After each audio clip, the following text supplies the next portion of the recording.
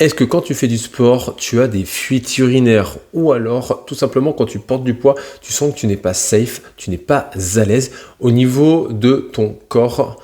Eh ben, c'est peut-être que tu as un problème au niveau de ton périnée. Aujourd'hui, j'ai le plaisir de pouvoir discuter avec Coralie, kiné spécialisée dans la rééducation abdo-périnée pour les femmes.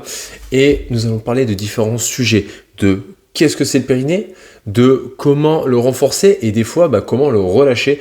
Mais surtout, on va vous faire comprendre pourquoi c'est très important de pouvoir muscler son périnée, mais aussi toute sa sangle abdominale. Donc j'espère que tu es prête, c'est maintenant. Et salut Caroline, comment ça va? Eh ben, ça va très bien et Super. toi? Moi ça va toujours. Ça va toujours fraîchement là parce que bon avec l'hiver, le -1 à la maison, je t'avouerai que je le sens passer. Mais bon, on va se réchauffer. Bon, bah, plutôt bien. Bah, nickel, nickel, nickel. Pour commencer, ce que je vais te demander juste, ça va être tout simplement de te présenter, savoir un petit peu qui tu es et qu'est-ce que tu viens faire aujourd'hui avec moi. Eh ben, je suis Coralie Salmon, je suis kiné depuis 2013 et je suis spécialisée dans la rééducation du périnée et des abdos. Donc je fais que ça. J'ai un cabinet sur Bourgoin-Jallieu entre Lyon et Grenoble. Et à côté de ça, je suis maman de deux enfants qui ont donc 7 et 8 ans. Et je suis aussi sportive, je cours beaucoup, je fais du crossfit et d'autres choses encore. Ouais. Bah, pour le coup, on s'est rencontrés pour le coup, nous, sur une formation de la clinique du coureur, sur la 1.7 de la Exactement. clinique du coureur. Si à un moment donné, tu veux me laisser ta place pour la 2.7, je prends. Oui, j'ai cru comprendre que ça intéressait beaucoup. Ouais, c'est clair, c'est clair, c'est clair. Ouais, pour le coup, je vais vraiment kiffer le podcast parce que du coup, tu maman et pourtant tu fais de la course à pied, du crossfit et autres. Donc pour le coup, tu es un exemple C'est type possible. qu'on peut être maman, on peut, voilà, en travaillant correctement son périnée, en fait, on peut aussi, pratiquer de la course à pied et du crossfit sans avoir aucune gêne. Tout à fait et ça, c'est hyper, hyper important parce qu'aujourd'hui, il y a beaucoup de croyances autour, de cette idée que, c'est incompatible, que, quand on a accouché et même quand on est une femme, il y a certains sports qui vont pas être, accessibles et c'est vraiment, vraiment dommage parce que, justement, on va comprendre aujourd'hui, on va discuter de tout ça et comprendre que c'est pas vrai, en fait et par contre, il y a une manière, de travailler les choses, il y a une manière de pratiquer aussi l'activité, physique pour que tout se passe bien. Donc, Ouais. j'ai hâte d'expliquer tout ça. Yes, yes, ça va vraiment être cool et pour commencer, j'ai envie de te dire, est-ce que tu pourrais me faire un petit topo, du coup, c'est quoi un périnée? C'est quoi les abdos? Qu'on sache déjà tous, vraiment sur le côté théorique, qu'est-ce que c'est et à quoi ça sert cette bête-là? Carrément, on va en discuter et j'ai même prévu du coup mon petit, modèle anatomique. Ouais, Donc j'adore. là, on retrouve, le bassin avec devant la symphyse pubienne. C'est, l'os qui est tout en bas du ventre, la partie dure. Derrière, on a la fin de la colonne avec le sacrum et du coup le coccyx, tout en bas et là, c'est la vue de dessous où on retrouve les ischions. Donc ces 2 pointes, osseuses, quand on est, souvent en position assise, on sent là ces petites pointes, au milieu des fessiers. Donc j'ai parlé de ces 4 repères parce que justement le périnée, il se trouve entre le pubis, le coccyx et les ischions et il forme ce losange qui fait qu'en fait, c'est pas un seul muscle, le périnée, c'est un ensemble de muscles qui vient donc créer ce hamac musculaire dans la partie inférieure du bassin. Et donc, ce hamac musculaire, il est autour, là, on voit autour du méa urinaire, par où s'écoule l'urine. Il est autour du vagin. Il est autour, donc, de l'anus. Donc, finalement, c'est pas un petit truc coincé entre je sais pas où et je sais pas quoi. C'est quelque chose de plutôt imposant, de plutôt important qui est dans cette partie inférieure du bassin. Là, si on vient ouvrir, là, c'est intéressant. parce qu'on va avoir des choses plutôt intéressantes. On va retrouver du coup la vessie ici. On va retrouver donc utérus et vagin là, et ensuite rectum et canal anal. Donc en fait, on voit que le périnée, en plus de venir resserrer autour des tuyaux, il vient aussi en fait soutenir les organes. Donc, bah, c'est hyper important pour comprendre qu'en fait, le périnée, il est du coup impliqué dans la continence urinaire et anale pour se retenir, mais aussi pour évacuer, parce que parfois on croit, on y reviendra, mais que faut toujours serrer, serrer, serrer, mais il faut aussi savoir le relâcher, ce périnée. Sinon, bah, c'est compliqué. Donc, bien contracté, mais bien relâché aussi, c'est vraiment un équilibre et une bonne amplitude. Mais aussi, en plus du coup de venir intervenir dans la continence, il est aussi là dans le soutien, la stabilisation des organes. Et puis aussi, évidemment, vu qu'on a parlé, bah, de la zone vaginale, il est également présent dans la sexualité.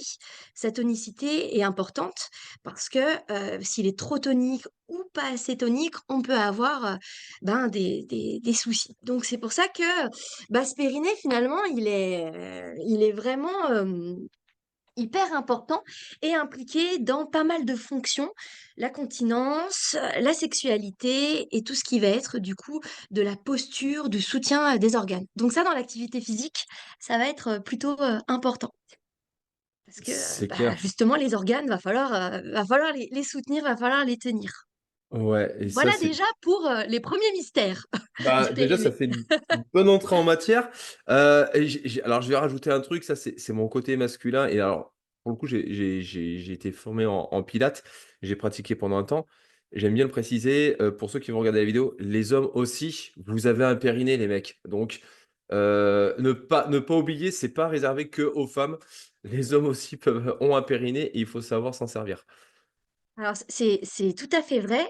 Aujourd'hui, j'en fais plus, mais pendant plusieurs temps, j'ai fait de la rééducation aussi, masculine, donc pour, la rééducation périnale pour les hommes, notamment dans les contextes de post-prostatectomie, donc quand la prostate a été enlevée, mais aussi dans le cadre de douleurs, dans le cadre d'incontinence, dans le cadre de problématiques aussi, les hommes aussi en souffrent. Souvent, dans le contexte du sport notamment, on en parle moins parce que la différence entre le périnée des hommes et le périnée des femmes, c'est que bah, le vôtre, il est beaucoup plus fermé. Nous, on a quand même cette grosse ouverture béante au niveau de la Voilà. vulve, plus ou moins béante d'ailleurs, ce qui peut être plus ou moins problématique, alors que les hommes, c'est fermé. Et donc, du coup, quand la pression va arriver dessus, notre hamac va pas finalement le vivre de la même manière, puisque finalement, tout est une histoire de pression, on en parlera dans un instant. Et donc du coup, c'est pour ça que les hommes vont pas forcément ressentir, les mêmes gènes, même si, finalement, tout ce qu'on va dire pour les femmes est valable pour les hommes parce que cette gestion de pression, elle est hyper importante et pour les hommes, les problèmes viendront pas forcément sur le périnée parce que c'est pas une zone de fragilité, mais par contre, ça ira taper au niveau du dos, au niveau de l'abdomen, finalement, en fait, ça amènera d'autres problématiques. Mmh. Parce que on a commencé du coup par expliquer le périnée il y a un instant, mais le périnée, en fait, on ne peut pas parler de lui tout seul. Il est dans cette triade, donc dans cette triade périnée, abdominaux et dos. En fait, les 3 fonctionnent, ensemble. Les 3 sont là pour finalement assurer, la stabilisation du caisson abdominal et pour faire en sorte que, au lieu que tout s'écrase et ben, en fait, on va avoir le dos derrière, le périnée dessous et les abdominaux devant qui vont permettre de soutenir l'ensemble et notamment lors de la pratique sportive, éviter que tout s'écroule, mais amener ce soutien finalement qui va tenir et redresser, l'ensemble. Donc c'est pour ça que c'est, vraiment important de les comprendre dans cette triade-là. Tout à fait et moi, c'est vrai que j'aime bien on prend l'image, voilà, du caisson ou du tonneau en disant, voilà, que le périnée, c'est le fond et qu'après tu as les abdos et les lombaires qui forment le tour donc tu as besoin de tout. Ils sont pas même si, des fois on les dissocie pour certaines choses, c'est vrai qu'ils sont vraiment en synergie les uns avec les autres. Donc apprendre à les dissocier, des fois, c'est intéressant aussi et je sais que ça, c'est des choses qui se font, mais aussi apprendre et savoir que, bah, en fait, dans la vie de tous les jours, ils sont associés et ils travaillent ensemble très bien, sans normalement sans problème. Sinon, il faut venir te voir. généralement. C'est ça. C'est ça et du coup, c'est peut-être intéressant maintenant de parler de, bah, cette rééducation, elle est pour qui Vas-y. finalement? Ouais. Parce que donc comme on le disait, il y a un instant, bon, ça peut être aussi pour les hommes, on le connaît moins, ça peut être aussi pour les enfants. Là, je parle un peu des cas qu'on a Mmh. moins, l'habitude pour les enfants dans les contextes de d'énurésie, le pipi au lit, de constipation. Ça aussi, c'est quelque chose que, j'ai eu fait, que je fais plus, aujourd'hui, mais il faut savoir que ça existe. Mais sinon, eh ben, c'est aussi beaucoup pour les femmes. Ça, on le connaît plus, mais peut-être pas tout finalement, toutes les indications. Donc on va Mmh. un petit peu discuter de ça. Maintenant, on connaît de plus en plus la rééducation postpartum, postnatale, donc Mmh. après, l'accouchement et donc ça, c'est bien, ça fait quelques années là que c'est bien rentré dans les têtes de tout le monde. Donc ça, c'est important parce que pourquoi on fait de la rééducation, périnéo-abdominal après l'accouchement. J'insiste bien sur le périnéo-abdominal. Mmh. Il y a quelques années, on faisait que du périnée. Maintenant, de plus en plus, la rééducation abdominale est proposée aussi. Cette rééducation, en fait, elle est là parce que pendant la grossesse, justement, ce caisson abdominal qu'on a évoqué tout à l'heure, il va complètement partir en vrille parce que avec le bébé qui va prendre sa place au niveau de l'abdomen, et ben en fait, ce caisson, il va venir se distendre, il va du coup perdre de son maintien et donc au lieu d'avoir tout ce soutien et la femme qui va être tenue à cet endroit-là, et ben en fait, ça va être une zone qui va devenir sujette aux pressions puisqu'il y a plus rien qui va tenir correctement et donc si plus rien ne tient correctement, problème de diastasis, les abdominaux qui s'écartent et les organes qui sont poussés vers l'extérieur. Problème au niveau du périnée de fuite, de pesanteur, parce que là encore, c'est un problème de pression dû au manque de maintien. Et puis, bah, problème aussi au niveau du dos, parce que finalement, on a parlé de cette triade, bah, la pression, si elle est mal gérée, ça va aller aussi taper à l'arrière. Donc, la rééducation postnatale est vraiment nécessaire de par cette perte de compétence du caisson abdominal. C'est pour ça aussi que, et de plus en plus, moi j'essaie de me battre pour ça, cette rééducation, elle gagne à être commencée dès la grossesse, en prénatal. Parce qu'en fait, tout ce qu'on va faire en postnatal, si on commence déjà en prénatal à expliquer aux femmes à travailler leurs abdominaux, parce que oui, on travaille les abdominaux pendant la grossesse, Mmh. travailler leur périnée, bien entretenir leur posture, et ben déjà, on va avoir une grossesse qui va être beaucoup mieux vécue, hein. Au lieu que tout parte dans tous les sens, on va avoir un entretien de la compétence de ce caisson qui va vraiment être important. Et pour l'accouchement et ensuite le postpartum, ça sera mieux. Parce que comme on finit sa grossesse, on commence son postpartum. Donc il est évident que déjà travailler ce genre de choses pendant la grossesse, tout comme bah, l'activité physique pendant la grossesse a vraiment sa place, ça s'inscrit hein, dans cette idée-là, et ben ça aidera. Donc la rééducation du périnée dans le contexte de la périnatalité en pré et postpartum, voilà, ça, c'est des choses qu'on connaît bien en postpartum, qu'on gagne à connaître en prépartum, mais dans la périnatalité, c'est des choses voilà, qui sont déjà un petit peu connues. Mais on va voir que c'est aussi pour les femmes dans d'autres contextes.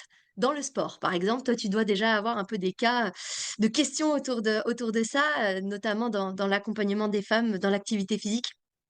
Bah, ouais, tout à fait, parce que du coup, moi, c'est une chose que je me bats aussi, c'est, expliquer aux femmes que, c'est pas parce qu'elles sont enceintes qu'elles sont malades et que, au contraire, l'activité physique, pendant le prépartum est vraiment super intéressant parce que, bah, ça te permet de garder conscience de ton corps, mine de rien, c'est pas mal.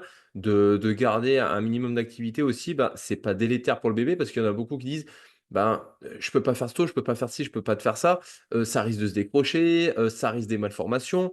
Et j'ai envie de dire, bah, en fait, ces petites bêtes-là à l'intérieur, de un, ils sont en train de se former, de 2, ils sont plus solides qu'on ne le pense quand même. Donc Ah oui, et puis ça faut leur respirer. profite. Mmh. Ça leur profite, c'est-à-dire qu'il a été montré que l'activité physique va même aussi au niveau cardio profiter au bébé. Donc ça, c'est important. C'est-à-dire que non seulement c'est pas délétère, mais en plus c'est hyper bénéfique pour la maman et le bébé. Donc ouais, ouais, c'est quelque chose qui est important. Et même les recommandations, elles sont sur une activité physique modérée on est sur 5 séances de 30 minutes par semaine hein, au niveau des recommandations.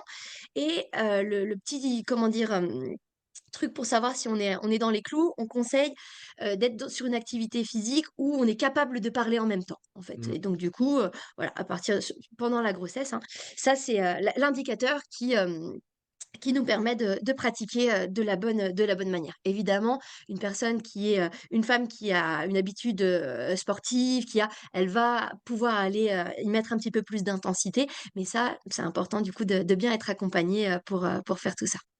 C'est ça, ouais, tout à fait. Moi, j'ai des cas de collègues dans le fitness qui ont fait de l'activité, jusqu'à terme, hein, bon, après, je ne le conseille pas non plus, jusqu'à terme en fonction des cas, étant donné que, elles, pour le coup, elles n'avaient pas de problème de périnée hypotonique. Elles, c'était l'inverse. Elles ont attaqué l'accouchement déjà avec un périnée dur comme du béton. Donc l'accouchement a été aussi pas simple à cause de ça, parce que, ben, et ça, on va pouvoir en parler pour le coup. Certes, un périnée hypotonique, c'est ce qu'on entend le plus parler en disant: «Voilà, après l'accouchement, ça se distend et autres». Mais en fait, bah, il y a pas que ça. Il y a aussi des personnes, qui ont le périnée qui est hypertonique et en fait, on a exactement les mêmes symptômes, qui vont arriver. On le voit arriver maintenant beaucoup avec l'événement du CrossFit où on se retrouve avec des femmes qui ont des périnées en acier trempé, quoi, c'est le cas de le dire, mais qui savent le contracter, qui est tout le temps en contraction mais qui en fait ne savent pas du tout en prendre conscience pour le relâcher et comme tu l'as dit au début, bah, en fait, on a besoin des 2. Autant la contre comme n'importe quel muscle, on a besoin de savoir le contracter, mais aussi le relâcher. C'est vraiment, une information importante, ça, cette idée que, périnée hypotonique ou hypertonique, c'est pas une bonne chose. Parfois, il y a cette idée de: «Non, mais c'est bon, il est hypertonique, du coup, il est hyper fort, du coup, il est hyper compétent».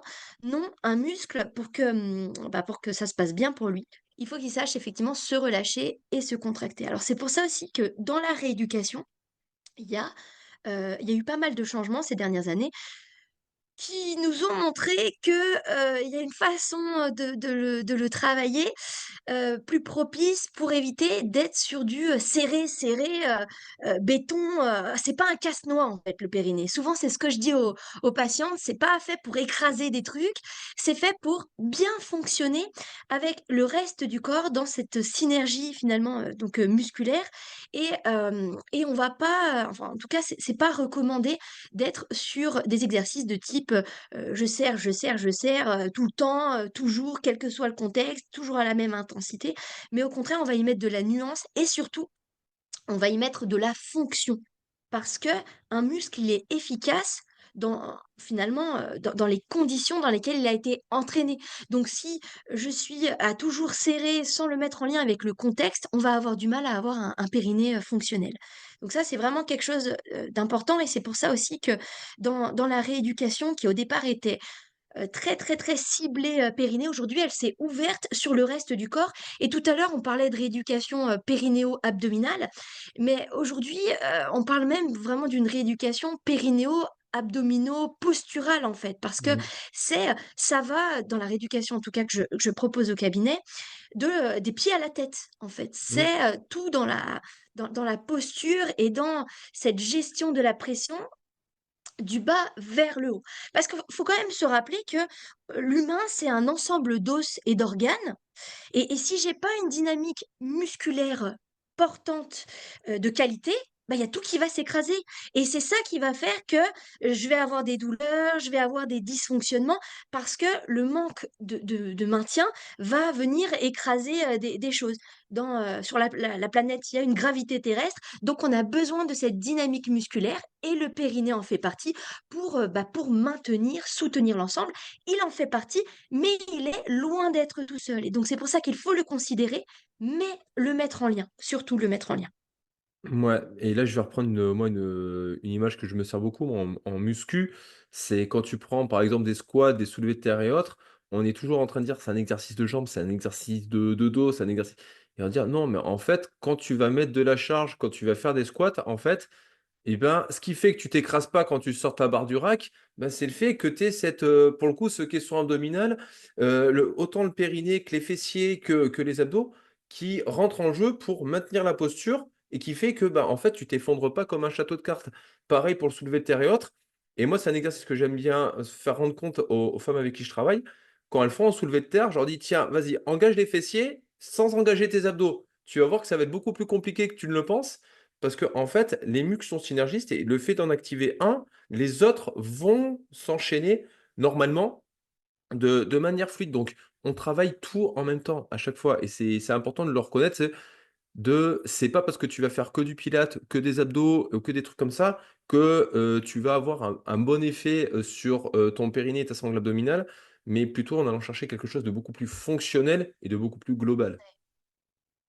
Mais ça, ce côté fonctionnel, c'est vraiment important parce que justement, on va parler un petit peu des types de rééducation. Il y avait eu Mm. un petit peu des questions autour de ça Ouais. parce que c'est important d'en parler parce qu'il y a des femmes aujourd'hui qui ne font pas la rééducation du périnée par peur aussi de comment ça peut se passer, du côté invasif, intrusif qui peut y avoir dans ce type de rééducation. Et justement, là, ce côté fonctionnel qu'on vient d'évoquer, on le retrouve aussi dans la rééducation et. Et donc du coup, on n'est pas forcément sur cette idée qu'on en a. C'est-à-dire que la rééducation, historiquement, au niveau du périnée, c'est une rééducation qui est plutôt manuelle, qui est plutôt, avec sonde, qui est plutôt donc, endocavitaire, à l'intérieur de la cavité, du vagin. Moi, c'est comme ça que j'ai été formée, il y a du coup un peu plus de 10 ans, c'est comme ça que j'ai commencé, où finalement donc on travaillait une femme, position allongée sur la table d'examen, on venait pratiquer un toucher vaginal de manière, du coup, à mettre les doigts et demander de serrer pour finalement ressentir, nous, sur les doigts, comment contractait la femme. Et donc là, lui donner un testing, ça contracte entre 0 et 5 et évaluer la compétence du périnée pour ensuite continuer sur des exercices donc à serrer autour des doigts, donc séance après séance, ou alors de venir mettre une sonde sur laquelle on vient serrer et on voit en fait sur un écran la contraction Le bip. voilà, du périnée, ce qu'on appelle donc le biofeedback, et aussi la sonde qui pouvait être utilisée donc avec de l'électrostimulation, de l'électricité qui vient du coup contracter le muscle. Alors, il y a encore beaucoup de rééducation qui se fait de cette manière-là.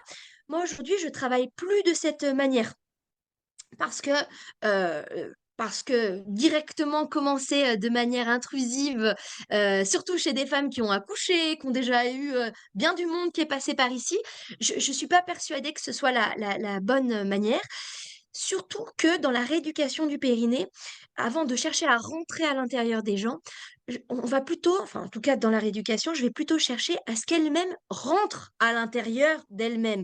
C'est-à-dire leur donner les informations, la compréhension, un petit peu comme ce qu'on a fait rapidement tout à l'heure, de ce que c'est le périnée, de comment, avec la respiration, venir le contracter, cette idée de venir resserrer, remonter au niveau urinaire, au niveau vaginal, au niveau de Anal. l'anus, dans différentes positions, sans y mettre les doigts. Ça me paraît hyper important parce que, alors déjà, avec les doigts de quelqu'un d'autre à l'intérieur, c'est pas du tout la même facilité pour se réapproprier son corps, Tout à déjà. fait. Et puis, est-ce que pour contracter un quadriceps ou des fessiers, on vient mettre les doigts à l'intérieur de quoi que ce soit? Non, je pense que le travail endocavitaire euh, a été surtout mis en place au départ pour le confort du thérapeute et sa facilité Mm. finalement de compréhension du corps de la femme, et donc du coup de pouvoir facilement dire oui, non.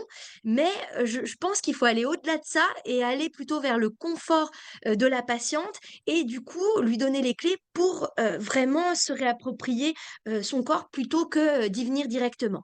Après, dans un second temps, si il y a besoin, pour compléter cette réappropriation, pour donner des informations, pourquoi pas aller vers le travail endocavitaire. Je dis pas que je fais jamais de travail Mm. interne, mais je ne me précipite pas directement vers cette technique-là. Et si c'est plus bénéfique que gênant, ouais, on ira vers ce travail-là, mais pas directement. Aujourd'hui, je trouve que c'est dommage. On a tendance à, voilà, être un peu plus direct, même si, enfin, être un peu trop direct, même si peu à peu les choses changent. Et ça, c'est bien que les choses changent.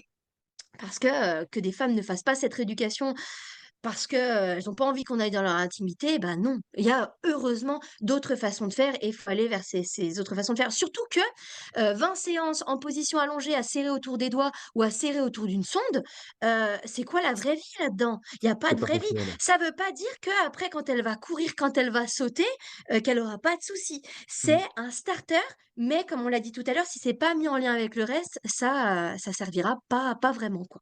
Ben oui, là pour le coup, je te rejoins totalement. Et alors, c'est peut-être nous l'avantage qu'on a en étant coach. Et pour le coup, nous, tout ce qui va être intrusif, Ouais, alors après peut-être qu'il y en a pas possible. qui, mais ça c'est pas mon cas. Mais moi, je sais que c'était un trait d'humour que je faisais toujours quand j'étais en pilates, en disant, les filles, là, quand vous allez faire tel mouvement, il va falloir engager le périnée et autres. Et toujours, j'avais le trait d'humour de dire je vais pas pouvoir vérifier, c'est la seule chose que je vais pas pouvoir vérifier chez vous. Vous savez, je pense toutes pourquoi.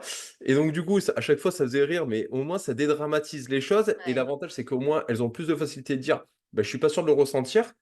Et même moi, en tant que coach, après, voilà, celles qui ont avait du mal, comme tu l'as dit, c'est synergiste. Donc je sais que en pilates, moi je le voyais souvent, dès que tu engageais un peu plus le périnée, tu avais une légère rétroversion du bassin, tu avais des choses qui se faisaient, donc on pouvait savoir si vraiment ça se faisait ou pas. Mais c'est vrai que je te rejoins là-dessus avant d'attaquer sur quelque chose qui va être très intrusif, et moi, il y a beaucoup de femmes qui m'ont dit, en fait, la rééducation, mais alors on y va parce qu'il faut y aller, ou alors on n'y va pas et on dit qu'on n'a pas le temps. Ça, c'est la grande chose qui arrive souvent. Mais c'est nécessaire et c'est pas forcément quelque chose où il y a de l'intrusion. On peut commencer sur des choses où on va être beaucoup plus sur des sensations de la kinesthésie pour qu'elle se réapproprie son corps, parce que c'est bien gentil, les petits bébés, c'est bien mignon, mais le problème, c'est que quand tu es enceinte, c'est un petit peu comme s'il foutait le bordel dans sa chambre, et quand il sort, il n'a pas fait, il n'a pas rangé. Donc les choses se rangent, mais pas forcément toujours à la même place, et il faudra accepter que reprendre conscience de son corps, qu'il a changé, et il faut un temps d'adaptation et un temps d'écoute envers soi-même. Mais c'est ça, et c'est pour ça que quand on parle de se réapproprier le périnée, moi j'aime bien l'image de la bibliothèque, c'est-à-dire qu'en fait notre corps, c'est finalement, il est répertorié au niveau cérébral par une grande bibliothèque avec différents rayons. Et en fait, cette bibliothèque, elle est alimentée par les informations qu'on vient apporter, par les expériences, la connaissance, par finalement tout ce qu'on vient donner.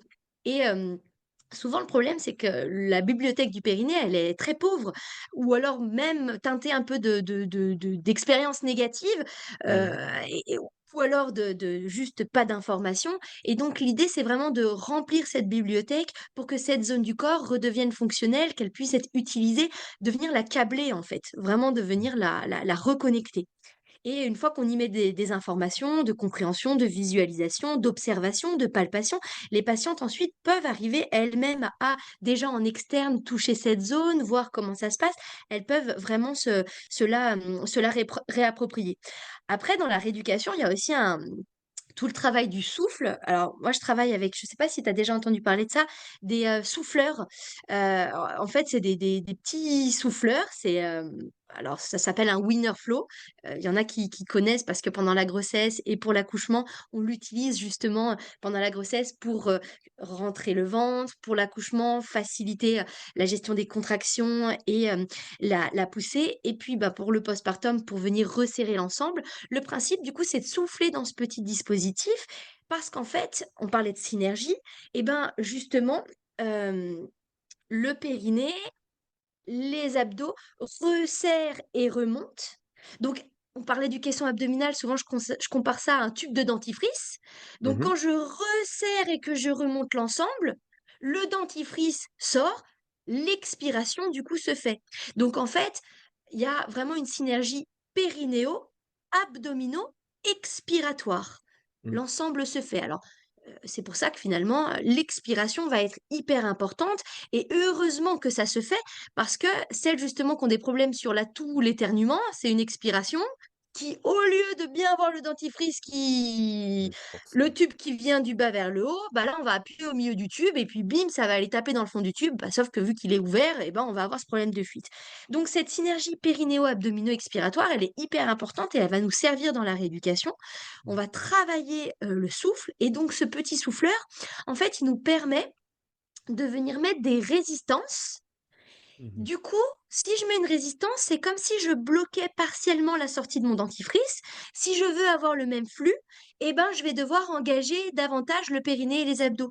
Donc moi, j'aime beaucoup travailler de cette manière parce que ça nous permet de nous concentrer sur la respiration et d'induire la l'engagement périnéo-abdominal et du coup de rendre ça beaucoup plus automatique, naturel, Mmh. fonctionnel que quand on est volontairement ciblé sur je serre, je serre, je serre, alors qu'en fait, eh ben, ça doit se faire beaucoup plus naturellement, en fait. Et donc, ce travail avec le souffle, c'est hyper intéressant pour ça. Et d'ailleurs, bah, dans l'activité physique, je pense que tu le vois aussi, voilà, on souffle sur l'effort, la respiration, notamment la phase d'expiration, elle est extrêmement importante.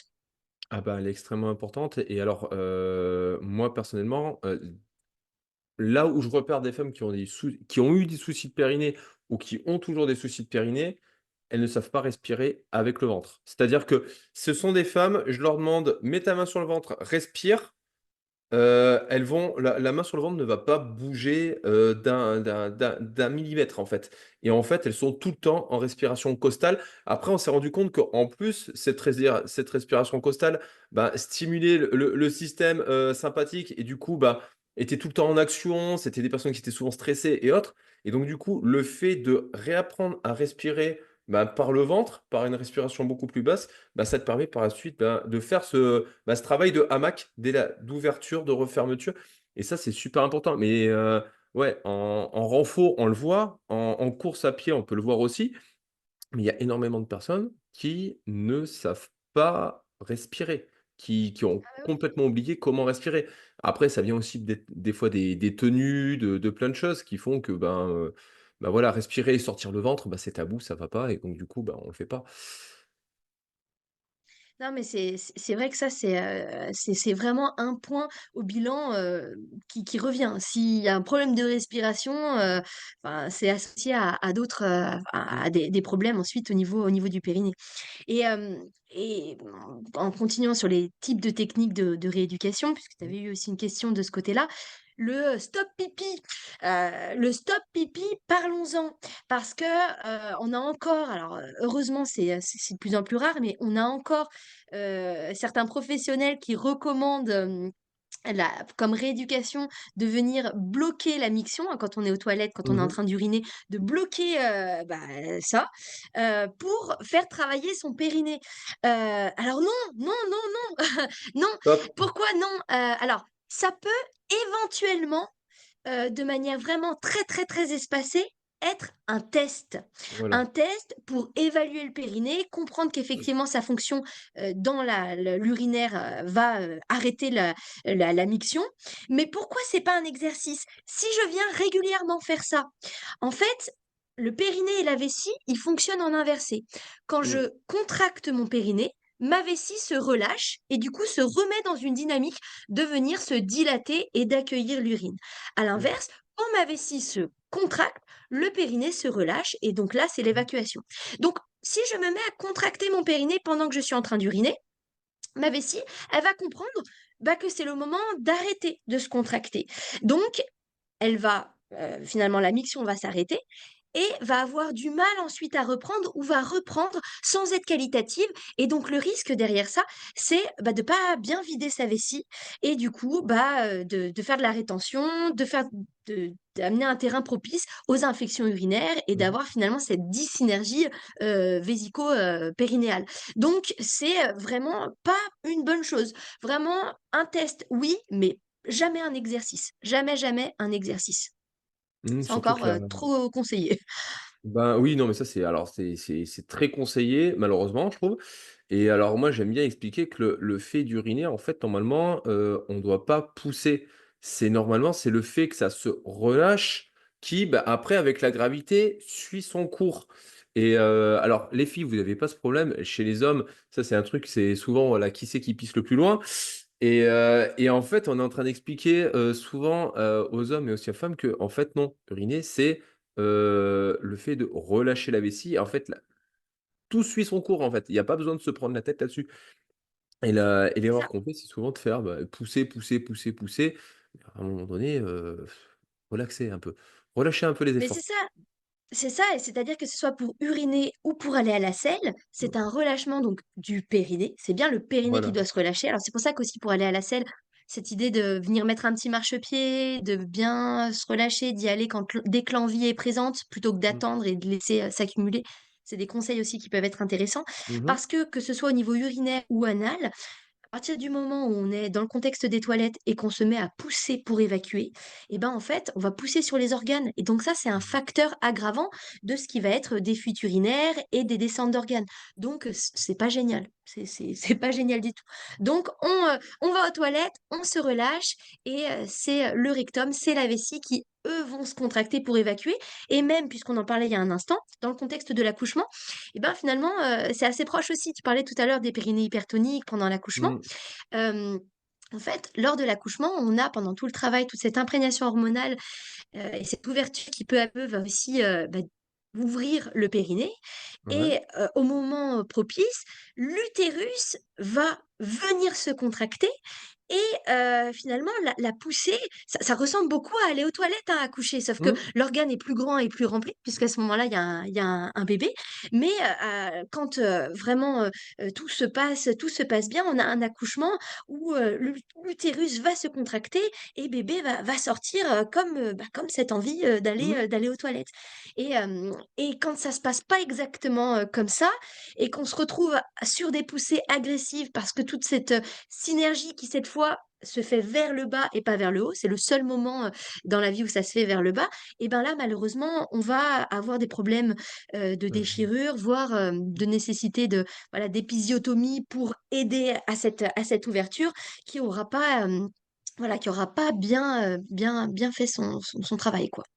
Ben, oui et alors c'est régulier, hein, des fois dans les accouchements que voilà, les femmes, bah, ça arrive, au défèquent ou urinent parce que, bah, du coup, bah, pousser, mais le problème c'est que vu qu'on leur a jamais appris à pousser et à se servir de son périnée, bah, automatiquement, ben, on pousse, on cherche pas à comprendre et en fait, il y a tout qui sort et ça c'était des fois des peurs ou des gênes de femmes, qui m'ont raconté en disant: «Mais oh, alors déjà de un relax, dans le milieu médical, on a tout vu, donc ça va pas nous voilà, faut pas se crisper pour ça et après, bah, en fait, le fait de faire déjà de travailler son périnée en prépartum, bah, va pouvoir aider dans ce genre de situation. Donc c'est vrai que le sensibiliser sur ce prépartum est vraiment très, très intéressant et pour le coup, voilà, est-ce qu'il y a des cas où, bah, voilà, typiquement, tu vois, les épisiotomies, les césariennes et autres, il y a des sensibilités à avoir au niveau de la rééducation par la suite?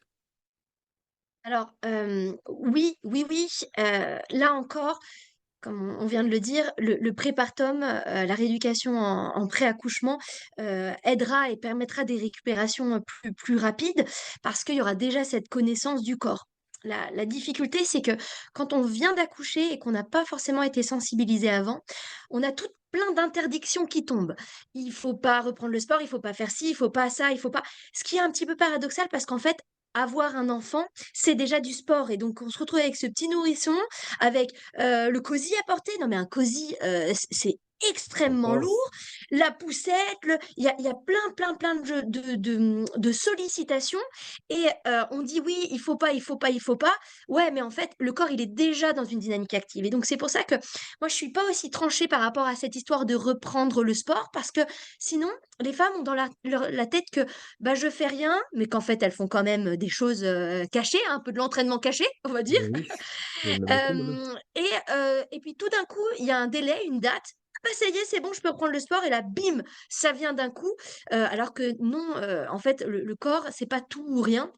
Mmh. C'est la bonne conscience de ça et progressivement de remettre de la charge et donc c'est pour ça que ça dépend énormément de la charge qui a été mise, pendant la grossesse, de, comment dire? La complexité de l'accouchement parce qu'effectivement, dès lors qu'il y a, ouverture, et donc du coup, cicatrisation, on est déjà sur des délais de 6 à 8 semaines en termes de cicatrisation des tissus. Mmh. Ça, c'est, des délais importants à avoir en tête qui vont faire que, bah, là, c'est la cicatrisation des tissus, on va pas pouvoir aller trop vite. Mais ça ne veut pas dire qu'on peut rien faire. On peut déjà commencer à faire du travail de respiration, on peut déjà commencer au niveau postural, on peut déjà réveiller en douceur les muscles et finalement, même quand il y a pas des contextes de cicatrisation, tout va venir se refaire progressivement et c'est pour ça que d'avoir bien, en tête cette histoire de gestion de pression, c'est-à-dire il faut que périnée, abdos viennent amener ce soutien, je resserre et je remonte, et que à l'inverse, quand je me retrouve dans une action où j'ai le ventre qui bombe, qui pousse vers l'avant, quand j'ai le périnée qui est en pression vers le bas, ça c'est quelque chose qui doit m'alerter et me dire, là je suis dans une activité, que ce soit du sport ou dans mon quotidien, qui est en train d'être délétère. Parce que c'est jamais un problème d'activité. Des fois, j'ai des patientes qui me disent, oui, mais je peux faire ci, je peux faire ça. Il y a pas de mauvaise activité, il y a une Mmh. mauvaise façon de la pratiquer, et donc du coup, l'indicateur, c'est ça. Est-ce que finalement, j'ai le ventre dur qui pousse? Est-ce que j'ai des sensations, que ça pousse? Là, ça veut dire que j'ai une charge. Finalement, l'activité à laquelle je m'expose, je la fais soit, trop vite, soit trop chargée, soit trop longtemps, et donc c'est ça qui va me faire me dire: «Ah bah, peut-être qu'en fait, oui, il va falloir que j'y revienne, mais progressivement en gardant des bonnes sensations pour peu à peu élargir ma zone de confort justement vers plus de compétences de ce côté-là», et donc c'est pour ça que moi je suis vraiment pour une continuité, grossesse, postpartum précoce, postpartum ensuite, classique, et continuité dans toute la vie pour que, en fait, on prenne soin de cette zone et qu'on soit pas en mode poussé. Parce qu'il y a cette idée parfois de certaines qui ont fait 20 séances de rééducation à serrer autour de doigts ou autour de sondes. «Allez, ça y est, je vais pouvoir, tout donner», et non, et non, non, non, Et c'est un première ensemble. sortie running, c'est catastrophe. Exactement. On va en parler du running, mais exactement, c'est encore une fois un tout et une progressivité pour remettre en charge le corps qui, et ça c'est, le côté clinique du coureur, ça doit te parler aussi, le Ouais. corps s'adapte à tout dans la mesure où la sollicitation, l'information, l'impact, tout ce qui va lui être amené est progressif et pas plus grand que sa capacité d'adaptation, et donc du coup ça c'est hyper important parce que ça c'est magique. Une fois qu'on a compris ça, on comprend que c'est pas tout ou rien, mais que c'est, cette construction qui va se faire progressivement et en lien avec le contexte, parce que, et surtout dans le postpartum, ce contexte, il est, comment dire? Chargé par plein d'autres stresseurs, de fatigue, de d'imprégnation hormonale, qui font que la progressivité va être essentielle. Mmh.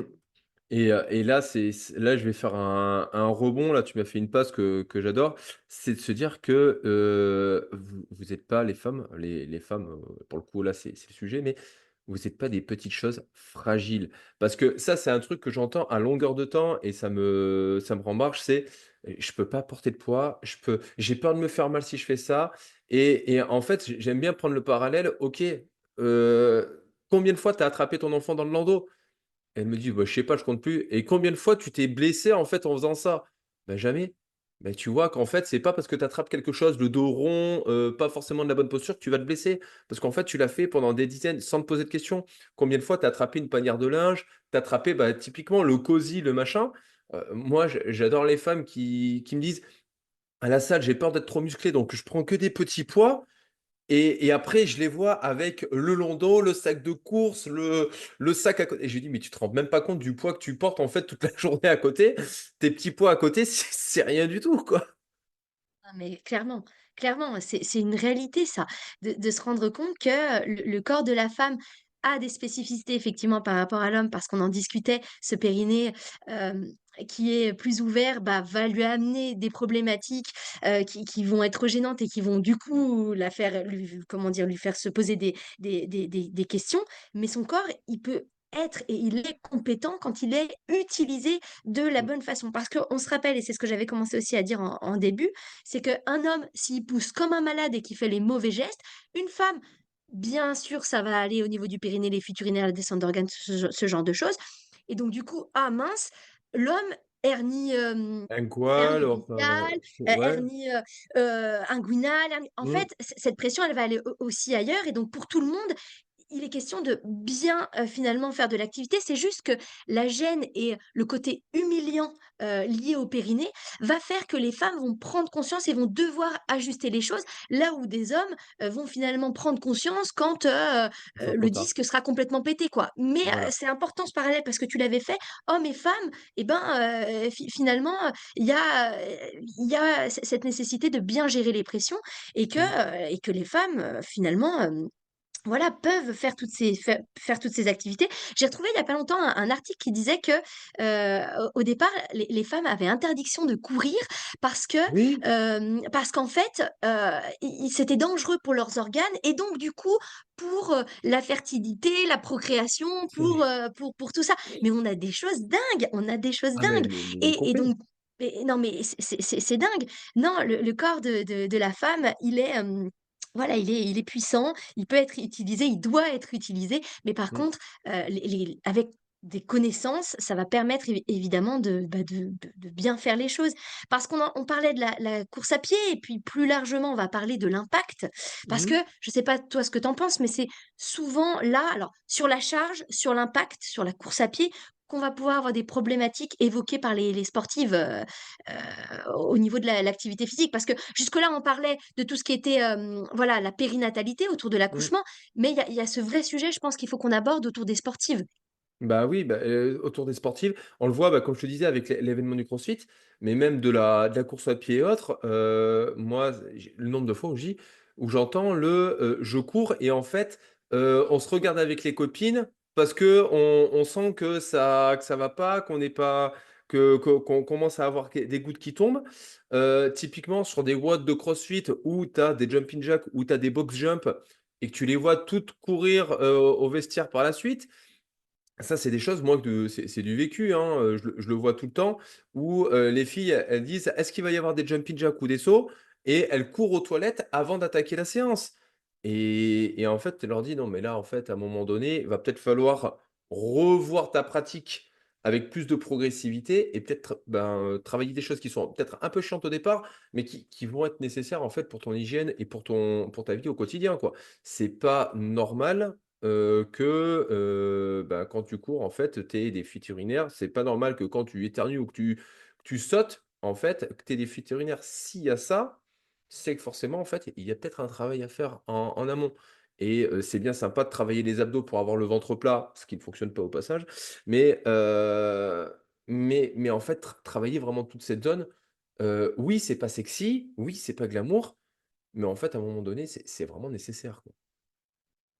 Bah, oui, oui et puis là, on revient du coup sur cette histoire donc de synergie, de collaboration musculaire parce que dans la course à pied et donc c'est ce que montrait, enfin, une étude, où justement, les femmes, donc sur la course à pied avait été, évaluée pour comprendre un petit peu le la relation entre fuite Mmh, urinaire et incompétence musculaire de tel ou tel groupe musculaire. Et en fait, ce qui a été retrouvé, c'était pas tellement un problème de compétence du périnée, mais plutôt un problème de stabilisation de tous ces organes et donc du coup, mmh. vraiment l'indicateur qui ressortait, Travailler c'était ensemble. le débattement vertical du Mmh, bassin qui, lorsqu'il est trop grand pendant la course à pied, va venir en fait faire, la boule à neige dans le bassin et donc du coup au niveau mmh. des organes et ce problème de stabilisation va amener, du coup, des problèmes de Bah, fuite de urinaire constipation, notamment ouais, et ou d'envie d'uriner ou d'inconfort en tout mmh, cas à ce niveau-là c'est ça. et du coup, c'est pour ça que bon, on revient sur la clinique du coureur parce que c'est, Bah, oui. effectivement là où on a pu se rencontrer.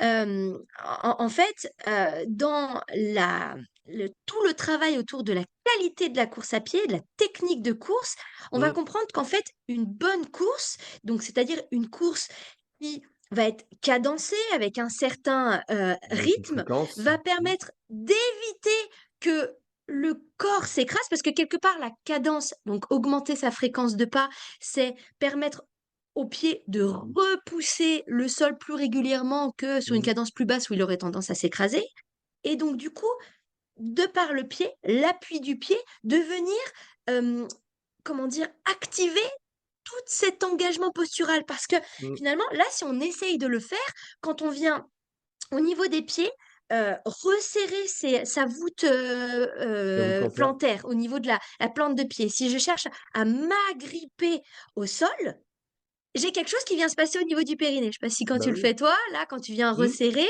si Bah, oui. souvent l'image que je donne, c'est comme si, elles étaient un oiseau sur une branche en pleine tempête et on cherche à s'agripper avec les pieds au Mmh, sol. Là, on le fait très fort pour se rendre compte que dans la plante de pied, il y a quelque chose qui communique avec le mmh. périnée et ben, du coup, dans l'appui, il y a déjà quelque chose, dans l'appui au sol, il y a déjà quelque chose qui vient informer du bas Mmh. vers le haut au niveau du périnée. Donc ça veut dire que mon appui va conditionner en fait toute ma posture. Et donc cette cadence, en venant donner cet appui, va venir en fait euh, activer, stabiliser l'ensemble. Et ça, c'est hyper intéressant et hyper important parce qu'on comprend avec ça qu'il ne s'agit pas de serrer son périnée pendant qu'on court. Jamais, jamais, Non. parce que dans une dynamique qui se veut souple et collaborative, avec tous ces muscles qui vont justement faire leur travail, si à un moment je me mets à serrer, je vais juste bloquer, figer l'ensemble. Et donc ça, bah ça fonctionne pas. Tout comme pour le saut, si je cherche à sauter et serrer en même temps, je vais me bloquer alors qu'on est dans un mécanisme pliométrique où en fait on a cette histoire de venir absorber, renvoyer. Et l'idée de figer le système serait complètement à côté de la plaque, quoi. Bah, si je comprends un petit peu et je prends en relation, c'est, un petit peu comme si, tu envoyais un signal et une information et que en parallèle, en fait, tu étais en train de parasiter ce signal, bah, avec une autre information, un autre focus. Alors que, bah, non, mais c'est bon, le taf, ton corps, il sait faire, ton cerveau, il sait engager les chaînes musculaires de lui-même. En plus, c'est plutôt bien fait avec les fascias et avec les chaînes musculaires qui font que normalement, Tout à bah, fait. voilà, tout s'active, en fait, en soi, de lui-même. En fait, on n'a pas besoin d'y penser. On a juste besoin à un moment donné de se faire un petit peu confiance et d'être progressif là-dessus. C'est con, mais à un moment donné, tu l'as dit toi-même, la reprise de la course à pied ou de n'importe quelle activité, la personne, par moment a eu des consignes: «Tu es enceinte, surtout tu ne fais rien du tout. Tu es en postpartum, surtout, tant que tu as pas eu ta rééducation, tu ne fais rien du tout» et dès que la rééducation est passée et qu'elle a le feu vert, en fait, c'est, bon, bah, en fait, il s'est passé 1 an et on va reprendre comme si de rien n'était. Mais non, mais tu Non, pendant un non, an, en fait, donc tu ton corps a changé, même si tu as pratiqué de toute façon, ton corps a changé, il faut rattaquer progressivement. C'est un peu con, c'est comme si tu avais fait, entre guillemets, «un ultra trail» et ben, ouais, ben, tu vas peut-être laisser le temps de reprendre progressivement avec, ben, c'est peut-être con, mais voilà, 3 fois 5 minutes de course tranquillement, en faisant, bah, 1 minute de course, 1 minute de marche et tu vas recommencer comme ça et après tu vas reprendre la suite au fur et à mesure en laissant, bah, le temps à tes sensations et à ton corps de revenir, quoi. ah mais c'est sûr, et c'est pour ça que le ah non, mais j'ai couru tout doux, tranquillement un quart d'heure. Non, non, Non, non, non, non, tu l'as toi aussi stop. ça. Ouais, ouais, ouais, j'y suis allé tranquille, j'y suis allé tranquille, Non, j'ai c'est couru un trop. quart d'heure, une demi-heure. Avant, je faisais 2 heures. Oui, mais attends, Mmh. relax. Avant, tu faisais 2 heures, il y a 1 an qui s'est écoulé. Tu rattaque peut-être par un quart d'heure, mais en fractionné, en faisant 1 minute tu cours, 1 minute tu marches, tu fais ça pendant un quart d'heure en promenant ton chien ou en te baladant avec ton enfant et déjà voilà, OK, là je suis d'accord, mais 15 minutes en continu, en fait, Beh non. ça n'a aucune logique. Non, mais c'est sûr. Et puis donc, du coup, tout à l'heure, là, on disait effectivement que le corps ensuite va retrouver cette synergie naturelle. Mais ce qui est important, c'est que pour qu'il la retrouve, il faut vraiment l'aider et reprogrammer. Et c'est ça le but Mmh. justement de la rééducation, c'est de venir reprogrammer bah, tous ces éléments pour qu'ils arrivent à fonctionner ensemble et qu'on dépasse ce côté juste le périnée, parce que souvent le périnée, il porte le symptôme. C'est pour ça qu'on l'aime pas, et qu'on se dit: «Oh, j'ai des fuites, j'ai ci, j'ai ça, c'est mon périnée, il Et faut que ça je le totalise. serre toujours plus, encore plus». Mais après le périnée, il y a rien, et donc c'est pour ça que la pression, finalement, si elle est mal gérée, elle va arriver au niveau du périnée et il va porter le symptôme, mais la problématique, elle concerne l'ensemble, et ça, c'est vraiment, je pense, qu'il faut retenir, c'est que ça Mmh. concerne l'ensemble parce que moi, j'ai eu des patientes qui ont atterri, au cabinet après avoir fait, des séances et des séances de manuels, de sondes, de ci, de ça, et à se dire: «Mais, je fais que ça de le contracter, je le contracte», et à me dire à demi-mot: «Et j'ai l'impression presque que plus je le contracte, pire c'est». Oui, Bah parce qu'il oui. y a un moment où ce n'est pas un casse-noix, et c'est dans cette dynamique globale encore, je pense qu'on le retiendra, puisqu'on Ouais. l'a bien dit, qu'il a du sens, en fait. C'est vraiment dans cette dynamique globale qui va avoir du sens, et puis même, au-delà de passer le message que c'est possible de courir, de gérer de la charge, de sauter, au-delà de dire que c'est possible, il faut aussi voir que le CrossFit, par exemple, et la course à pied, toutes ces activités un petit peu qui ont, voilà, mauvaise presse, quand elles sont bien réalisées, elles vont même renforcer Mmh. l'ensemble des muscles dans le bon sens. Donc c'est même pas juste dire: «Allez, ça passe, je le fais», c'est en plus, je le fais et c'est bon pour moi si je le fais correctement. Parce que je vais utiliser mes muscles dans le bon sens et c'est pour ça que souvent j'aime bien l'image de la course à pied pour comprendre que on peut pas dire que c'est mauvais la course à pied, mais c'est, bien ou mal fait. Parce que finalement, on peut avoir une course à pied sur laquelle on s'écrase à chaque pas et alors là, le dos, les articulations, les organes, personne n'est content. Mais on peut Mmh. avoir une course à pied où on repousse à chaque pas et là, quand on utilise finalement tous les muscles pour repousser le sol, là, on va venir muscler chacun des étages et donc du Mmh. coup, bah, ça sera bon pour le dos, pour le périnée, pour le genou, pour tout ça. Donc ça, c'est vraiment important parce que c'est pas une histoire d'activité, mais de comment on fait l'activité, physique. C'est ça. C'est ça, c'est à adapter, à être progressif et moi, c'était une question que voilà, qu'on m'a posée. OK, est-ce qu'il y a des sports qui sont mauvais pour le périnée? Est-ce qu'il y a des sports qui sont bons pour le périnée?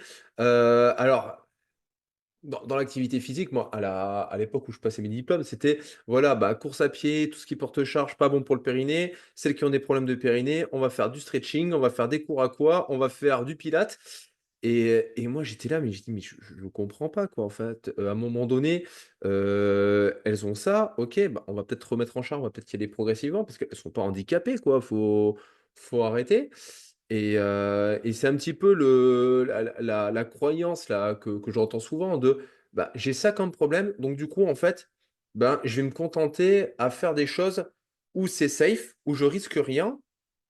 Mais du coup, en fait, tu remets jamais de contraintes dessus et en fait, dès que tu en as de nouveau besoin, de nouveau, tu as de nouveau tes problèmes, quoi. Alors que tu prendrais juste le temps de te dire: «Je vais y aller progressivement, tranquillement et je vais mettre en ch» et ben, en fait, ben, le jour où tu vas en avoir besoin, il va réagir et tout va se réactiver ensemble et tout va bien. Non, mais c'est ça et c'est pour ça que, au lieu de dire bon ou mauvais pour le périnée, je dirais plutôt plus ou moins exigeant Mmh. pour, l'activation musculaire. C'est sûr que, un sport, qui est pas en charge va être moins exigeant qu'un sport en charge, mais Mmh. du coup, cette exigence, elle est pour le périnée et l'ensemble des muscles finalement. Donc c'est une voilà, c'est surtout après on va retomber dans, voilà, ces piliers de l'activité physique que sont une bonne charge d'entraînement, une bonne qualité des structures, Mmh. musculaires et une bonne technicité biomécanique et de la gestuelle, liée à l'activité en question. Donc c'est pour ça que ça, c'est hyper positif parce que, bah, on se dit: «Bah, non, en fait, on peut faire plein de choses et heureusement» et donc du coup, il faut y aller. Mais effectivement, s'il y a des soucis, ne pas hésiter à aller demander de l'aide pour être bien accompagné, sur, bah, sur telle ou telle activité. Ça, c'est important et dans les questions que tu avais aussi, il y avait cette question autour de: est-ce qu'on doit garder le périnée un petit peu dans la routine, musculaire? Donc j'enchaîne un petit peu sur ça parce que, Ouais, vas-y, vas-y. parfois il y a un peu cette question de, des femmes après la rééducation du périnée: «Ah mais du coup je vais devoir faire ça toute ma vie maintenant, le périnée?» en mode: «Avant j'y pensais pas, maintenant le périnée». Bah, en fait, je dirais plutôt que une fois qu'on l'a découvert, mais c'est un super allié. Pourquoi Mmh. justement ne pas l'intégrer en starter, de séance, de venir faire quelques respirations, aller le rechercher? C'est quelque chose qui va stabiliser, donner de l'efficacité en mouvement au mouvement, en plus de le protéger et Mmh. qui va finalement être sur cette base sur laquelle on se met et donc c'est un peu comme l'histoire de la personne qui sort du dentiste en mode: «Ah mais je vais devoir me laver les dents tous les jours maintenant!» En fait, c'est l'hygiène du corps, c'est-à-dire Mmh. il est question de connaître son corps, de l'utiliser, alors sans que ce soit obsessionnel, mais de l'utiliser, de l'intégrer au reste et de venir finalement comprendre via la respiration, via, l'entraînement que c'est un starter qui, oui, de mon avis, gagne à continuer finalement d'être présent sur les entraînements, mais, de par la reprogrammation, qui aura été faite et pas centré sur ça, mais encore une fois en collaboration avec le reste, quoi. Donc Mmh. c'est pour moi ça me paraît être une bonne chose plutôt qu'un fardeau de se dire: «Oh là là, bah oui, je l'ai découvert, je vais l'utiliser maintenant, c'est chouette», plutôt. C'est ça et le voir un petit peu comme alors, comme je dis, c'est comme n'importe quel muscle en fait, juste se dire: «OK, en début d'échauffement, est-ce que j'arrive à le ressentir? Est-ce que j'arrive à le contracter? Est-ce que dans telle ou telle position» parce que c'est pareil, la rééducation comme tu disais à l'époque, aller allongé sur le dos et en avant-marche. mais en fait, ton périnée, c'est pas allongé sur le dos que tu vas t'en servir le plus. Tu vas t'en servir des fois, tu vas être assise, debout, à 4 pattes et en fait, en fonction déjà de la position au départ, tu vas pas le ressentir, ou tu vas pas réussir à le travailler dans toutes les positions. Donc bah, typiquement faire des échauffements avec des mouvements où tu viens caler ta respiration, c'est super intéressant parce que du coup, bah, tu vas reprendre conscience de dire: «OK, c'est bon, là, c'est bon, j'ai bien tout recalé». Tu recadres ton cerveau en disant: «Bah, là, dans l'activité, tout se remet en synergie, c'est bon, on va pouvoir être beaucoup plus performant» parce que ça y fait et ça permet d'avancer et en plus, j'ai envie de te dire, en fait, ben, comme tu dis, avant, quand on était plus petit, on n'y pensait pas, c'était naturel. Mais en fait, si tu fais les choses correctement, en fait, tu pas besoin d'y penser. C'est naturel, en fait, tout va bien se passer. Ce qui devrait être naturel, c'est surtout, ben, de s'échauffer correctement et de prendre conscience de ses muscles, point barre. Du même temps que tu es capable de ressentir un quadriceps, tu es censé pouvoir ressentir ton périnée et savoir, un petit peu là, je fais la passe un peu là-dessus sur il y en a beaucoup qui me disaient: «Voilà, est-ce qu'il y a des exercices pour renforcer le périnée et autres?» Je pense qu'on a largement répondu là-dessus, mais moi j'ai envie de dire plutôt la question c'est: OK, c'est quoi, un petit peu les signaux qui te disent: «Là, j'ai peut-être besoin d'une rééducation» ou, bah, là, en fait, tout va bien, tout est fonctionnel?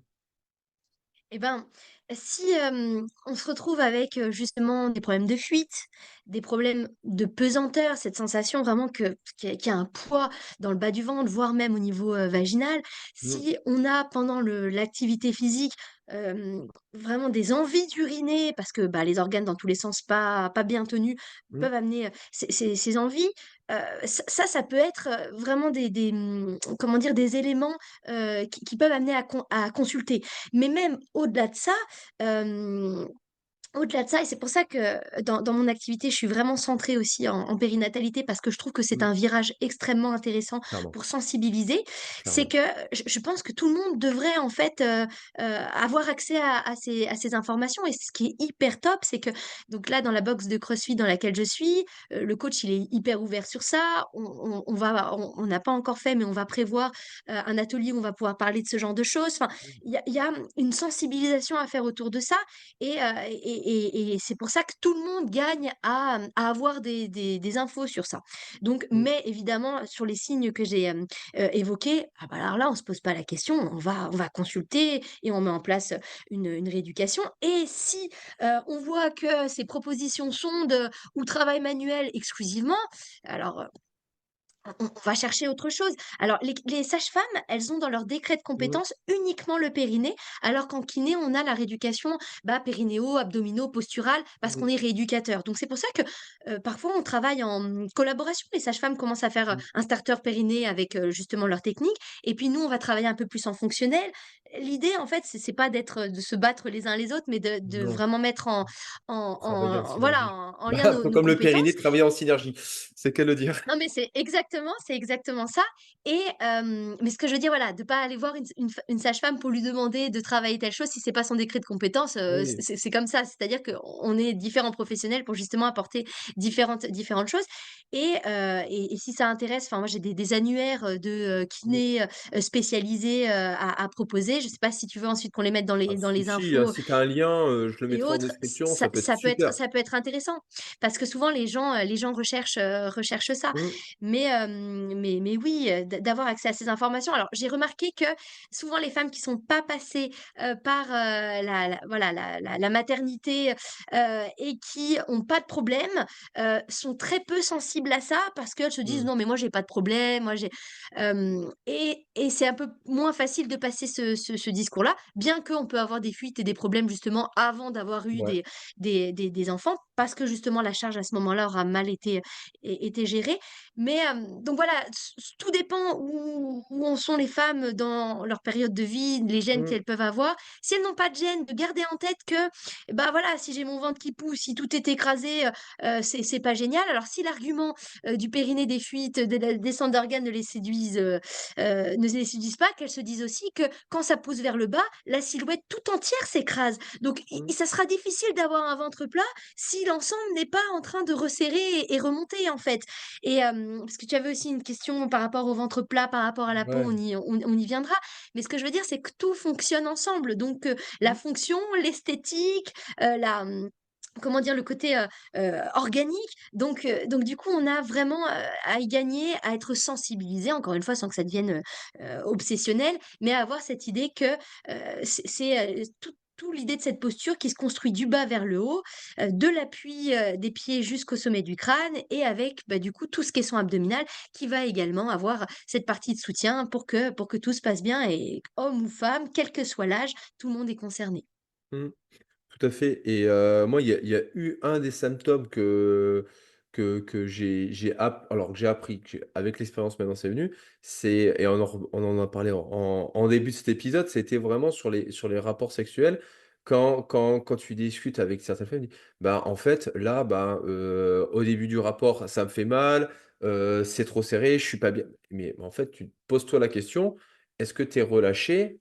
Et généralement la réponse est non. Et en fait, un périnée hypertonique, ben, peut, causer des problèmes lors de rapports, transformer ces rapports en véritable torture et en fait, c'est aussi à prendre en compte, apprendre à se contracter et à se relâcher. Ça aussi, ben, avant d'être mère, ben, ça peut passer par là.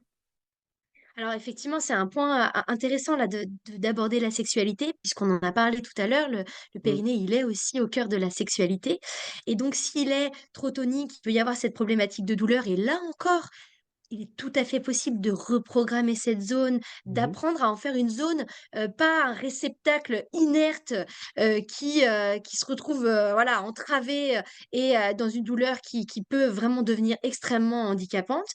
Mais au contraire, apprendre à en faire un lieu, d'accueil où justement la femme arrive à pouvoir, finalement, avoir ces tissus qui vont, se relâcher, accueillir, qui vont partager aussi ce qui est en train de se passer autour de la sexualité pour que, il y ait cet épanouissement, qui vienne se faire.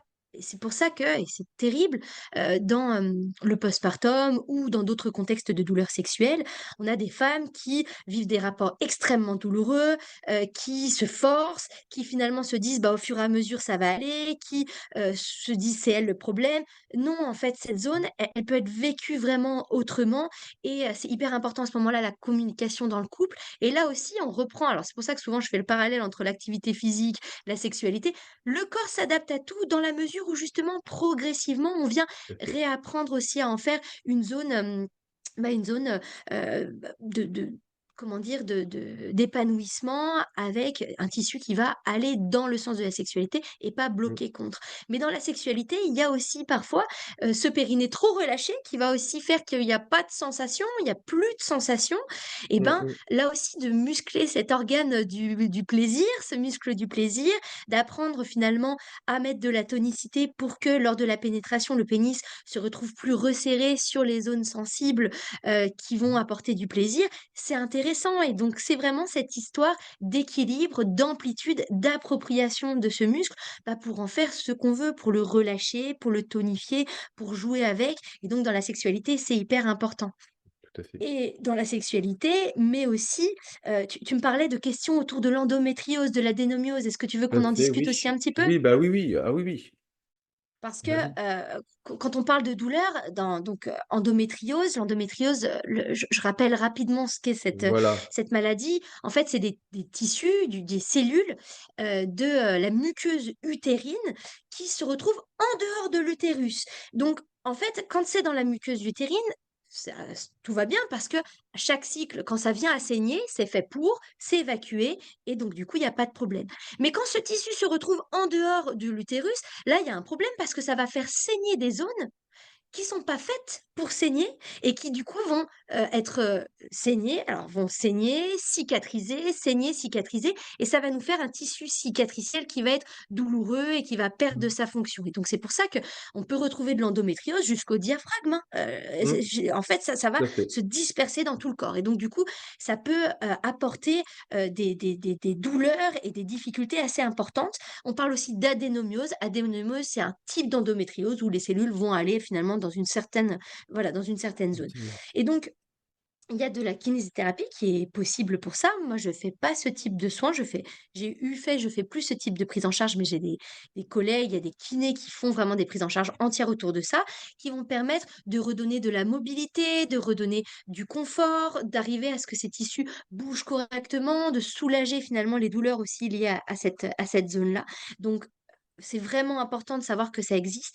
Endométriose, une femme sur, 10, en Mmh. l'âge de procréer qui souffre d'endométriose, donc Ouais. c'est pas rien avec un diagnostic qui se pose, qui en moyenne met des années, jusqu'à 7 ans pour se poser. Donc, c'est vraiment important de savoir qu'il y a des possibilités parce que ça peut amener des douleurs, parce que ça peut amener aussi des problèmes, heu, dans cette sphère périnéale et abdominale aussi. Donc ça, c'est, un vrai problème, mais il y a des solutions et des kinés spécialisés, autour de cette problématique. Ouais, mais ça, c'est un sujet en plus qui va bientôt être abordé dans un prochain épisode. Parce que du coup, je vais avoir, Émilie Rimbert là qui a fait, «Entraînez-vous comme une femme et pas comme un homme», qui pour le coup et c'est un sujet que je veux aussi vouloir aborder avec elle parce que c'est super intéressant et moi, il y a un truc qui m'a le plus étonné, mais qu'à moitié maintenant, c'est que, dans les études scientifiques, parce qu'on suit beaucoup à ça et en fait 80 des études scientifiques bannissent les femmes déjà d'office. Donc du coup, en fait, on vient extrapoler chez l'homme, comment ça va se passer chez la femme et du coup, on se retrouve avec des inepties comme, bah, voilà, bah, la femme doit pas courir parce que, bah, les pressions, elle est pas faite pour ça, parce que, ben, son vagin fait que, elle peut pas répartir les pressions comme un homme et on se retrouve avec des inepties comme ça qui vont durer encore pendant trop longtemps, je pense. C'est pour ça que des épisodes comme ça sont vraiment intéressants pour, ben, casser ce genre de choses une bonne fois pour toutes et moi, c'est une chose que je retiens vraiment là-dessus, c'est le périnée et les soucis qu'on peut avoir avec un périnée, en fait, il faut pas voir ça comme un souci de périnée, mais un souci de manière globale dans ton corps, qui en résulte à la fin, ben, par ça. Mais il faut pas le voir en disant: «C'est ça le problème», c'est il y a un souci dans l'homéostasie de ton corps et la résultante, ça donne ça à la fin. Mais c'est peut-être pas ça le problème. Exactement. C'est un peu comme en ostéopathie, où il va te dire: «Tu as mal au dos, mais le problème vient de ta cheville». Mais oui, mais tout est en relation. Le corps est vraiment une globalité, il faut le voir vraiment de cette manière-là. C'est pour ça que du coup, bah, rentrer maintenant dans le côté, ben, périnéo, abdos et du coup dans ta pratique vraiment sur le côté, bah, fonctionnel et global du tout, c'est vraiment nécessaire maintenant de nos jours, je pense. Oui, oui, oui et puis du coup, c'est hyper encourageant de se dire qu'il y a toutes ces solutions et que, il faut pas rester, comment dire? Dans son coin à arrêter l'activité physique et à Mmh. voilà et à souffrir de ça. Il y a vraiment des possibilités oui, on peut être une femme et faire plein de super trucs, de la course à pied, du crossfit, toutes ces choses-là et et que ça se passe très bien, heureusement. Mmh. Et l'autre chose aussi, c'est, de pas rester enfermé dans son carcan en disant, il y a que le kiné, il y a, que la sage-femme, il y a que le coach et qu'en fait, et ça c'est un petit peu le coup de pied sur tous les professionnels de santé et autres, c'est on n'est pas là pour se mettre en concurrence ou se tirer la bourre, on est là pour travailler ensemble au service de la personne. Donc en fait, quand tu es une femme, si tu travailles avec un coach, bah, parle-lui aussi de ton kiné et essaye de les mettre en collaboration parce que en fait, ben, le fait que tous les professionnels soient en collaboration par rapport à toi, ben, tu vas avoir quelque chose qui va être vraiment 100 pour toi et qui va te permettre d'avancer et de réussir. Tout cloisonner, en fait, c'est à mon avis la pire des solutions. Ouais, c'est sûr. C'est vraiment, bah, comme les muscles, les professionnels de santé, Voilà, travaillent aussi en collaboration c'est ça, et c'est évident qu'en en mettant, bah, l'ensemble, ça ne peut que fonctionner. tout à fait. Est-ce que tu as d'autres choses à dire, d'autres choses qui te viennent, que tu voudrais sensibiliser? Tant qu'on est là, c'est le moment de toute façon. Je regarde un petit peu là sur ce qu'on avait pu, dire. Ah aussi, il me semble que, tu voulais échanger, au sujet du ventre plat, la peau, Yes. il me semble que je m'étais mis Ouais, une petite note sur ça, ouais, ouais, sur bah, oui, ce fameux ventre plat, va ventre plat, la peau, toutes ces choses-là. Dis-moi un petit peu bah, moi, ce que tu voyais autour de ça. mais ça, c'est un truc qui arrive souvent aussi, c'est voilà, j'ai ce petit ventre après la grossesse graisse ou voilà, comment je fais pour le perdre? Alors, j'ai essayé les routines abdos, j'ai essayé le gainage, j'ai essayé alors une fois, on m'a sorti quoi? La liposuction brésilienne. Voilà, à mon avis, bientôt, on va me dire la cryothérapie aussi. Mais voilà, est-ce qu'on peut remettre un petit peu le contexte et de science là-dedans, dans le sens, ben, c'est pas parce que tu vas faire des abdos que tu vas perdre du ventre. C'est pas parce que tu vas faire des abdos que tu vas perdre le gras du ventre, par pitié. Et que, en fait, moi j'aime bien dire, mais t'es pas un radiateur, t'es pas une bougie, donc à un moment donné, c'est pas parce que ça va chauffer à un endroit que c'est cet endroit-là qui va travailler. Et que la peau est un organe et que tes muscles sont un organe. C'est deux choses différentes.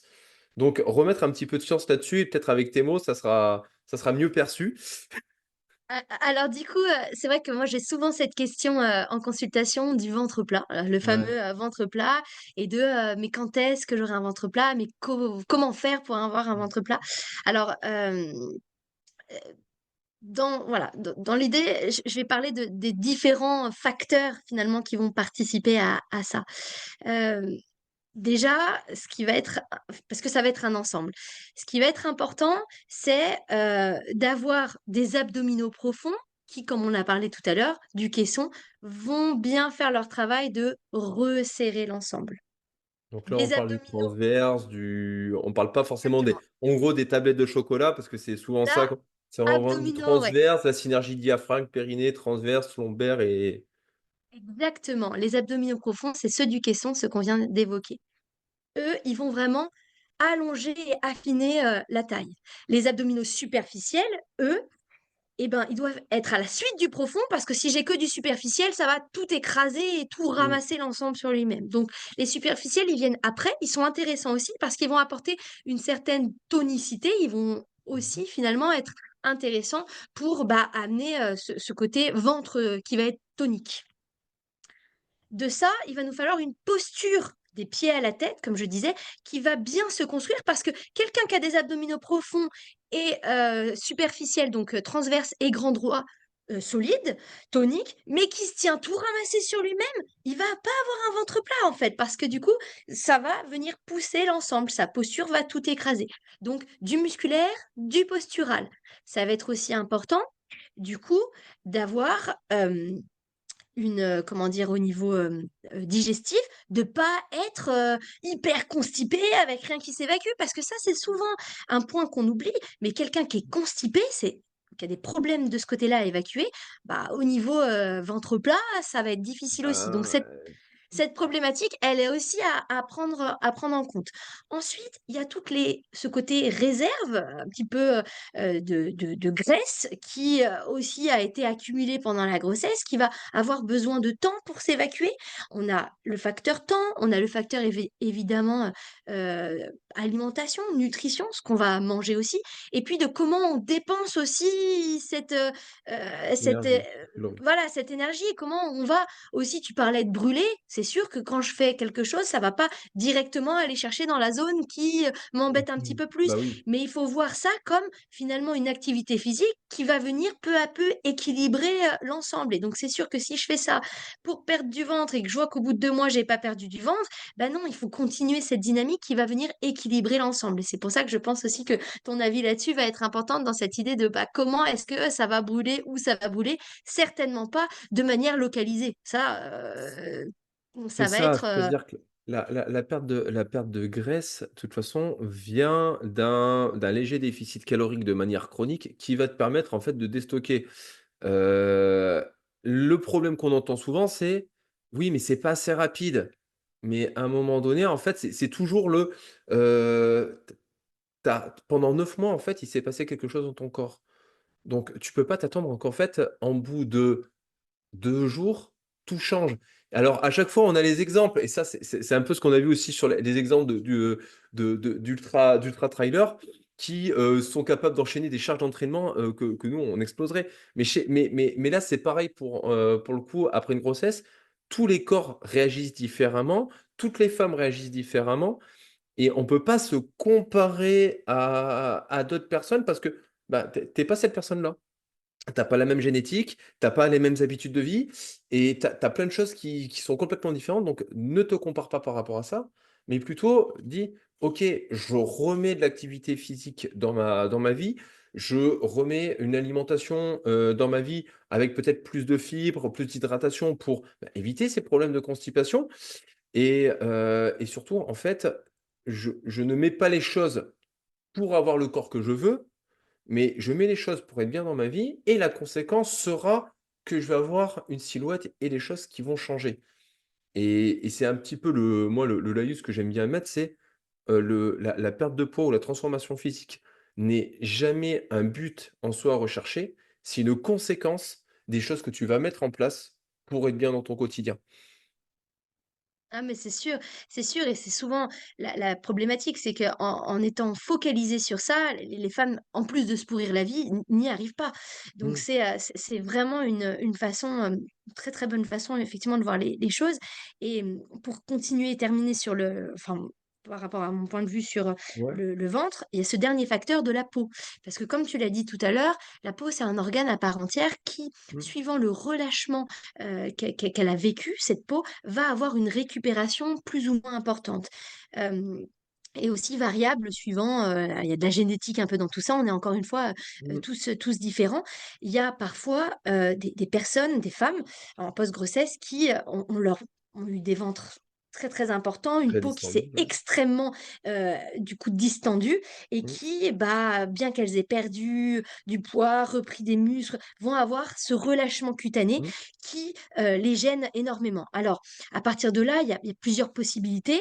Il y a la possibilité de se dire que on fait pas un enfant sans avoir un corps qui a vécu un enfant et donc c'est-à-dire qu'aussi il y a des choses qui changent et il y a un avant, un après. Il y a des choses qui, au niveau du corps pourront garder aussi, des changements parce qu'une peau effectivement, quand elle a été vraiment, vraiment, relâchée, va pouvoir garder des séquelles de vergeture, de relâchement notamment. Mmh. Il y a aussi la possibilité, moi c'est ce que je fais au cabinet, j'utilise de la radiofréquence. Donc c'est une machine avec finalement du courant qui va permettre en fait de repulper ce tissu et de venir finalement lui redonner une certaine tonicité. Donc là, on est vraiment sur l'organe peau. Et donc ça, c'est Mmh. vrai que c'est assez chouette parce que ça a des bons résultats. Et ça va permettre, bah, du coup, au niveau du visuel, de pouvoir changer les choses. Mais on fera pas disparaître de la peau. Donc ça veut dire que suivant comment dire, comment dire, à quel point ça a été distendu, on aura, des résultats aussi plus ou moins importants et c'est pour ça que certaines qui sont vraiment trop gênées par ce type de voilà, ce relâchement-là et qui auraient perdu, beaucoup de poids parce que ça c'est on parle de la Mmh. grossesse, mais Et aussi dans un contexte de perte de poids, l'obésité ben, qui il y a continue, ouais, tout aussi à fait. cette possibilité de la chirurgie, Mmh. de l'abdominoplastie, qui va à ce moment-là enlever un bout de peau Mmh. et venir retendre. Donc là, on a vraiment graduellement parlé de toutes, Voilà. voilà, les possibilités. Mais moi, je connais des personnes qui, ont eu, des grosses pertes de poids, qui aujourd'hui ont un ventre qui, avec la radiofréquence, a retrouvé une certaine texture, mais pas comme c'était, avant et qui pour autant Mmh. seront pas opérées. D'autres pour qui, à l'inverse, c'est insupportable. Donc il y a aussi le vécu et je Mmh. pense, comme tu disais aussi tout à l'heure, il y a le corps, mais il y a aussi faire sa maison dans le corps. Faire Ouais. faire sa maison et aussi, comprendre son histoire, accepter aussi son histoire et l'aimer parce que, il sera jamais parfait et c'est aussi ça être un humain et pas être un bout de plastique, quoi.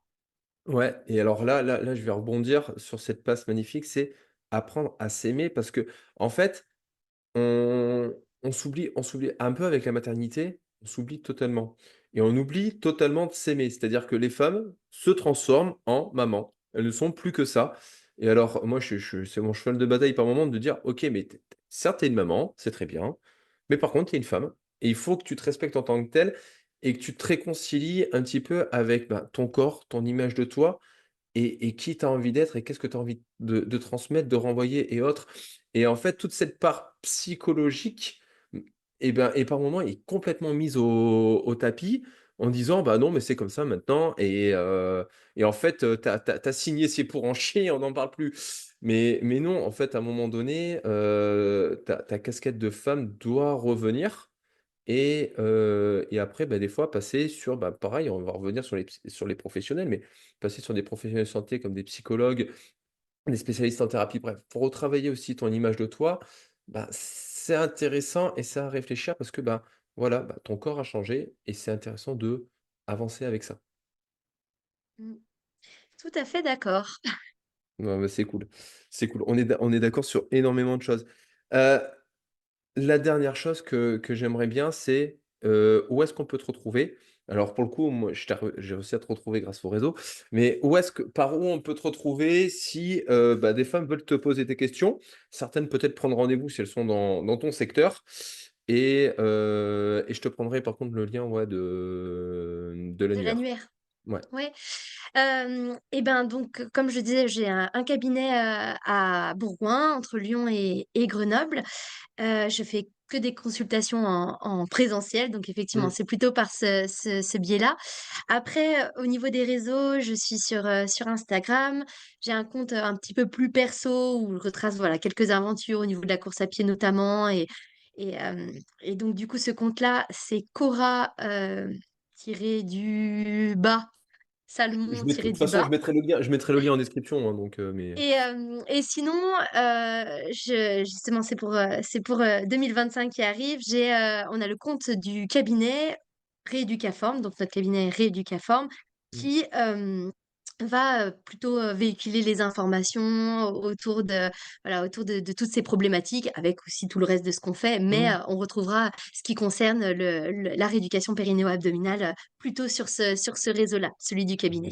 Mais je mettrai les 2 en description pour le coup, pour qu'on puisse te retrouver. Heu, de nouveau, merci, beaucoup. Si la 2.7 tu la fais pas, donne-moi ta place avec un grand plaisir. Je la Je fais! je renouvelle. Mais, non, mais vraiment un très, très grand plaisir, d'avoir pu te rencontrer sur la clinique du coureur. Ma prochaine cible, de toute façon, c'est Sébastien. Je vais réussir à le choper. Mais, au-delà de ça, vraiment un super épisode et j'adore la façon de voir les choses et tout ce qu'on a pu traiter. Donc, ben, pour le coup, merci beaucoup. Bah, super, merci à toi. C'était vraiment génial de pouvoir échanger sur ces sujets. Et dernière petite chose aussi, justement, Vas-y. souvent, kiné, coach, il y a cette idée parfois que ça peut.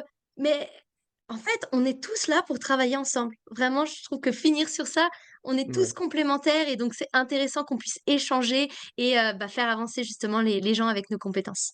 Ouais et je vais même rebondir là-dessus avec la phrase de Seb. Je vais la compléter. Les kinés, les coachs qui se forment pas, bah, nous, on est là pour leur piquer leur boulot. Mais je compléterai même, les kinés et les coachs qui travaillent ensemble vont être là pour piquer le boulot de ceux qui travaillent dans leur coin. Mm, Je pense tout que à fait c'est d'accord. ouais. Et merci beaucoup une nouvelle fois à Coralie d'avoir pris le temps de discuter avec moi. Vous avez en lien, en description, tous les liens qu'on a parlé, comment retrouver Coralie sur les réseaux, mais aussi comment retrouver du coup l'annuaire des spécialistes. J'aime le rappeler, mais à un moment donné, avoir des fuites urinaires, ce n'est pas la normalité. Donc les filles, vous pouvez bouger, d'accord, mais prenez soin de votre corps, prenez soin de votre périnée et allez voir un spécialiste si vous ne vous sentez pas bien.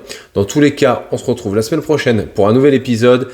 Et en attendant, rappelez-vous, arrête d'enfiler des perles.